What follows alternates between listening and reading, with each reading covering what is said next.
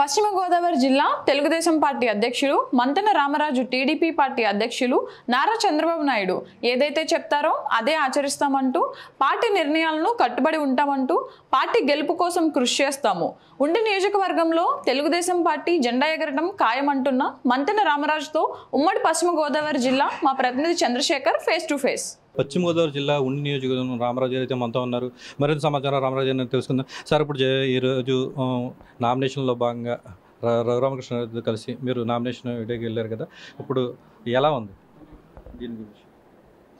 అంటే 100% రఘురామకృష్ణరాజు గారిని ఎమ్మెల్యేగా చూడాలనేది మా యొక్క తెలుగుదేశం పార్టీ కోరిక.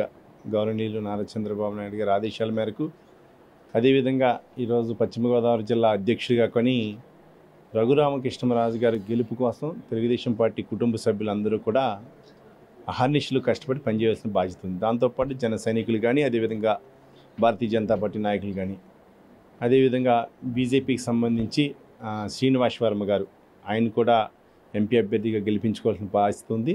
కాబట్టి ఈ ఇరువులు కలయిక, అంటే ముగ్గురు కలయిక, ఎన్డీఏలో కూటమిలో భాగంగా ఈరోజు ఈ ముగ్గురు యొక్క కలయిక ద్వారా పూర్తి స్థాయిలో ఇక్కడ తెలుగుదేశం పార్టీని గెలిపించుకోవటానికి, అదేవిధంగా ఇక్కడ ఎవరైతే ఎంపీ అభ్యర్థిగా పోసిన శ్రీనివాస్ వర్మని ఇద్దరిని కూడా మా తెలుగుదేశం కార్యకర్తలు కానీ అందరూ కలిసికట్టుగా జనసేన కానీ బీజేపీ అందరూ అత్యధిక మెజార్టీలో గెలిపిస్తారని మీకు తెలియజేస్తాను.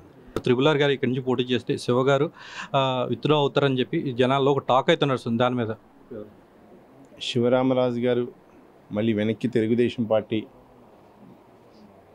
వచ్చి ఏదో రఘురామకృష్ణ గారికి చేస్తే మేము అందరం కూడా స్వాగతిస్తున్నాం తెలుగుదేశం పార్టీ తరఫున. ఎందుకంటే ఆయన ఇండిపెండెంట్గా వెళ్ళారు. కొన్ని కారణాల మీద, కారణాలు ఏమైనప్పటికీ కూడా 100% ఆయన మళ్ళీ తెలుగుదేశానికి చేయాలని చెప్పి మేము మీ పత్రిక ద్వారా ఆయన కూడా కోరడం జరుగుతుంది. అలాగే ఉండి నియోజకవర్గం నుంచి అధిష్టానం టీడీపీ అధ్యక్షుడు నారా చంద్రబాబు ఏదైతే అధిస్తారో అదే మేము పాటిస్తామని చెప్పి రామరాజు గారు అయితే చెప్తున్నారు. ఉండి నియోజకవర్గంలో అయితే టీడీపీ నాయకులు, కార్యకర్తలు ఉమ్మడి అభ్యర్థిగా త్రిపుల్ ఆర్ రఘురామకృష్ణరాజు గారిని అయితే భారీ మెజార్టీతో గెలిపించుకుంటామని చెప్పి ఇక్కడ టీడీపీ జెండా అయితే ఎగరవేస్తామని చెప్పి అయితే రామరాజు అయితే చెప్పడం అయితే జరిగింది.